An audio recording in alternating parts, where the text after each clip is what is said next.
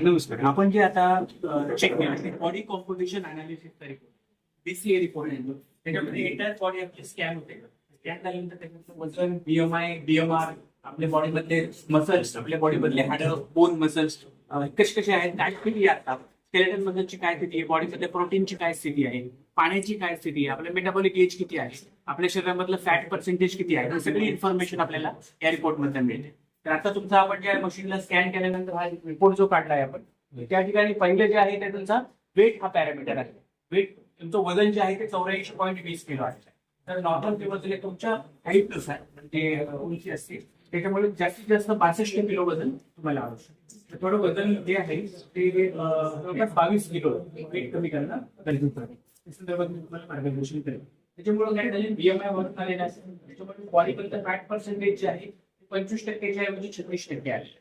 ते 10 ते 12 ते पर्सेंटेज बॉडीमध्ये फॅट पर्सेंटेज जे आहे ते इन्क्रीज झालेले आहे. मसल मासचा रिपोर्ट चांगला आहे, बॉडीमधले स्नायू स्ट्रॉंग आहे. पण दुसरं म्हणजे स्केलेटल मसल्सला प्रॉब्लेम आहे. स्केलेटल मसल्स म्हणजे आपल्या हाडाशी संबंधित असलेले स्नायू, त्याच्यामुळे आपण उठतो, बसतो, चालतो, फिरतो, प्रत्यक्ष कामं करतो, सगळी करतो आपण, त्याला म्हणतो आपण स्केलेटल मसल्स. हे आपल्या हाडाला चिटकून असतात. तर ती तुमची कमी झालेली आहे. साधारणपणे 39-40% ते असणं आवश्यक आहे, त्याची तुमची 28% आहे. तर ते स्केलेटल मसल्स वाढणे गरजेचं आहे. त्याच्यामुळे तुम्हाला हातपाय दुखणे, गुडघे दुखणे, मांडी पोटरीला गोळी येणे, क्रॅम्प येणे, हे सगळं करायचे किंवा कंबर दुखी हे प्रॉब्लेम चालू असते. त्यानंतर बोन मास तुमचं कमी झालेले आहे. हाडे आतून होत आहे. हाडांची स्थिती जी आहे ऑस्टिओपोरोसिसचा थोडासा त्रास तुम्हाला चालू झालेला आहे. त्याच्यामुळे हाडे दुखतात. दुसरा आहे हायड्रेशन, जरा पाण्याची तुम्ही कमी केलं किंवा घाम जास्त येत असेल किंवा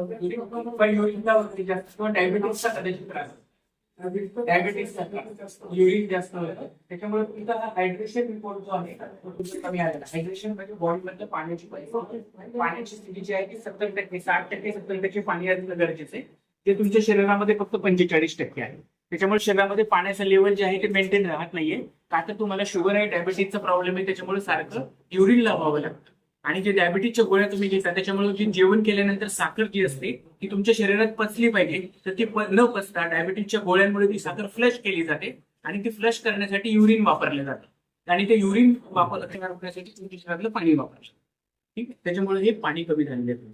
विजरल फॅट जे आहे, विजरल फॅट म्हणजे काय, आपल्या बॉडीमध्ये जे महत्वाचे अवयव आहेत, आपले फुफ्फुस आहे म्हणजे त्याला लंग्स म्हणतो आपण, लिव्हर आहे, किडनी आहे, हार्ट आहे, आपली इंटेस्टाईन आहे, आतडे आहे, त्याच्यामध्ये कसं निसर्गाने स्पेस दिलेला आहे, जागा दिलेली आहे. पण त्याच्यामध्ये जेव्हा आपण ओव्हरवेट करतो, आपलं वजन वाढतं, त्या स्पेसमध्ये हे फॅट जाऊन बसतं, त्याला विजरल फॅट आपण म्हणतो. त्याच्यामुळे आपल्याला दम किंवा धमक लागते. समजा चालण्यासाठी वगैरे किंवा 100-200 पावलं चालले थोडंसं ब्रेथलेसनेस, श्वास घ्यायला आपल्याला त्रास होतो. बॉडीमधलं प्रोटीन पर्सेंटेज तुमचं कमी झालेलं आहे. फॅट, स्किनच्या खालचं फॅट जे आपण म्हणतो ते पण इम्प्रूव्ह झालेली. आता तुमचं ऍक्च्युअल मध्ये वय जे आहे डेट ऑफ बर्थ नुसार तुम्ही सांगितलेलं 69 वर्ष आहे, पण तुमचं या ठिकाणी शरीराचं वय 77 वर्ष आहे. म्हणजे शरीर जे आहे 8 वर्षाचं आहे ते ओल्ड होत जातं. म्हणजे 8 वर्षानंतर होणारी जी आजार आहे, जगाची परिस्थिती आहे ती आता तुम्हाला त्रास होत आहे. त्यानंतर तुमचा जो बीएमआर आहे 1519 आहे. ऍडल्ट पुरुषांमध्ये 1500 ते 2000 बीएमआर असलेला होत आहे. बीएमआर म्हणजे काय, बेसल मेटाबॉलिक रेट जे लावतो, म्हणजे रेस्टिंग फेज मध्ये सुद्धा तुमचे जेवढे कॅलरी बर्न होतात त्याला म्हणतो आपण बीएमआर. तर आराम करत असताना किंवा तुम्ही चालण्याकरिता तुमच्या कॅलरी आहेत ते 1519 इतक्या कॅलरी तुमच्या बर्न होतात. तर तुम्हाला जेव्हा वेट कमी करायचं आहे तेव्हा ह्याच्यापेक्षा कमी कॅलरीचं सेवन करणार, जेणेकरून काही कॅलरी डिफिशियंट निर्माण होईल. आणि जी एक्सेसिव्ह कॅलरी 1519 कॅलरी, समजा तुम्ही 1000 कॅलरी जेवण केलं, 500 कॅलरीचं डिफिशियंट आहे. तर महिन्यासाठी जवळपास 15,000 कॅलरी आहे. 15,000 कॅलरी 2 ते 2.5 किलो वजन तुमचं महिन्याला गेलं. कॅलरीमध्ये तुम्हाला कॉन्सन्ट्रेट करणं गरजेचं आहे. तुम्ही जे काही पुढे इंटेक करता ते तुम्हाला कॅलरी कॉन्शियस राहून करणं गरजेचं. आणि सोबत आपली वेट मॅनेजमेंटची प्रॉडक्ट्स आहेत, त्याच्यामध्ये चांगल्या प्रकारे रिझल्ट तुम्हाला मिळेल. तीन प्रकारची शीट आहे. त्याच्यानंतर एक प्रकारची कॅपी आहे, कॉफी आहे आणि एक प्रकारचं ऑइल आहे. त्याच्या नावाने ट्रीटमेंट नावाची कॉफी आहे. बॉडीमध्ये एनर्जी इम्प्रूव्ह करते, जेणेकरून थर्मोजेनिक इफेक्ट तयार होतो बॉडीमध्ये. आणि थर्मोजेनिक इफेक्ट तुमचा फॅट जो आहे तो कमी करायला मदत. या ठिकाणी तुम्हाला फॅट पर्सेंटेज कमी करणं गरजेचं आहे. फॅट पर्सेंटेज कमी झालं की तुमचं वेट ऑटोमॅटिक कमी होईल आणि वेट कमी झालं की तुमचा बीएमआय पण नॉर्मल. शुगर साठी सुद्धा आपल्याकडे डायबोरी लिक्विड आणि कॅप्सूल आहे. त्याच्यामध्ये काय होतं की जेव्हा तुम्हाला गॅस काय त्याला हे सपोर्ट करायचं. चहा आपण का होतो की तरतरी येतो. दूध आणि साखर टाकून घेतलं की दोघांना आहे. डायबेटिक पेशंट तर घेतलं.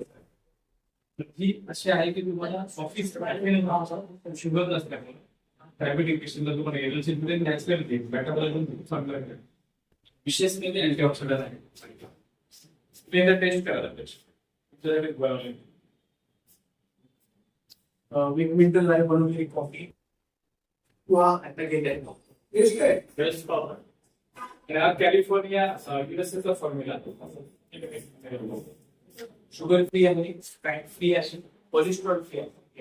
त्याच्यामुळे कुठल्याही पद्धतीचं हार्मफुल इन्ग्रेडियंट बॉडीमध्ये जाणार नाही. दुसरं कॅफिन पर्सेंटेज मिलीग्रॅम आहे. आपल्याला डेलीची कॅफिनची रिक्वायरमेंट असते ती साधारणपणे 80 मिलीग्रॅमची आहे. तर 40 मिलीग्रॅम तुम्ही एक वेळा तुम्हाला या त्याच्यामधून पूर्ण होणार आहे. दुपारी संध्याकाळी सुद्धा तुम्ही एक वेळा आपण चहाची काळजी घेऊ शकतो. त्याच्यामुळे बॉडीमधली एनर्जी वाढणार आहे, ऊर्जा वाढणार आहे, मेटाबॉलिझम इम्प्रूव्ह होणार आहे, डायजेशन इम्प्रूव्ह होणार आहे. सोबत जे तुम्हाला एक्सरसाइज करण्यासाठी मला कामच होत नाही.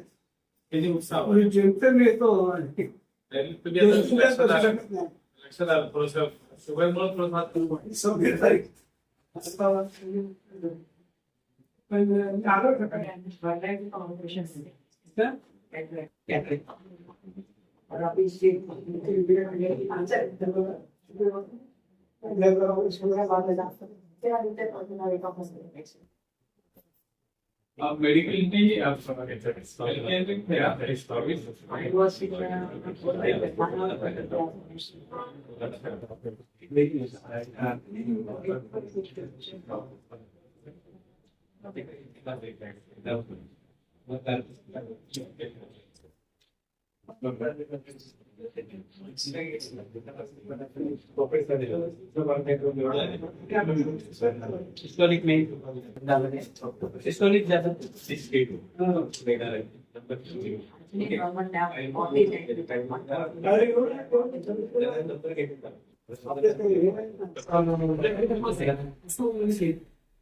मस्कुलर मसल्स है कोल्ड फॉर्म पे एब्जॉर्प्शन मेटाबॉलिज्म इम्प्रूव इसके वजह से आपके शरीर में जो वीकनेस कमजोरी या थकान आपको लगती है डायबिटीज की वजह से वो भी कम होता है पचन में हम 3 to 6 मंथ आपको ये दवाई खिलानी है जैसे आपका ये ब्लड शुगर है वो 180 के नीचे आ जाएगा तो आपका डायबिटीज डॉक्टर एक सुबह में आपका कितना चल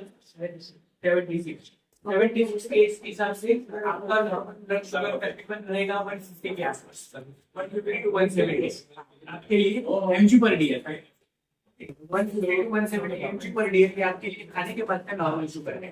120 शुगर अभी आ नहीं सकता आपका एज की वजह से. ठीक है, तो आपका जो एज है 76 अभी उसका अगर स्टार्ट आएगा तो 150 to 180 उसमें आपका नॉर्मल शुगर. मैं उसके लिए भी तो वही आप दवाई चलती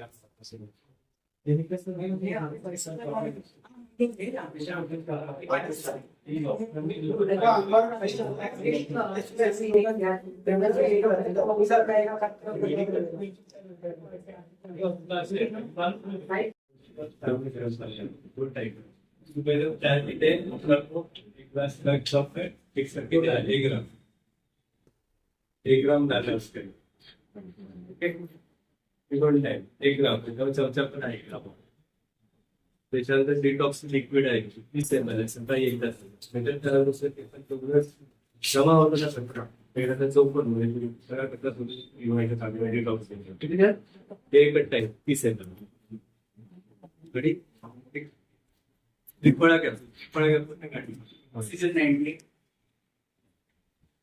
त्रिफळा घ्या.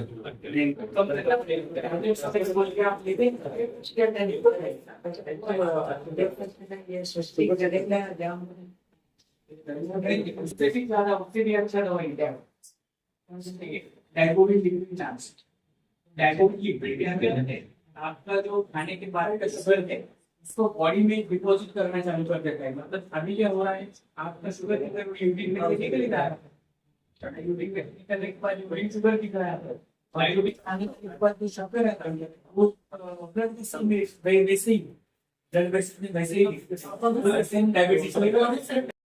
फार्मोसा फाउंडेशन पुणे यांच्या नेहरू हिंदी विद्यालय विरार पश्चिमेला पुरुषोत्तम पारेख मार्गावर आयोजित करण्यात आले होते.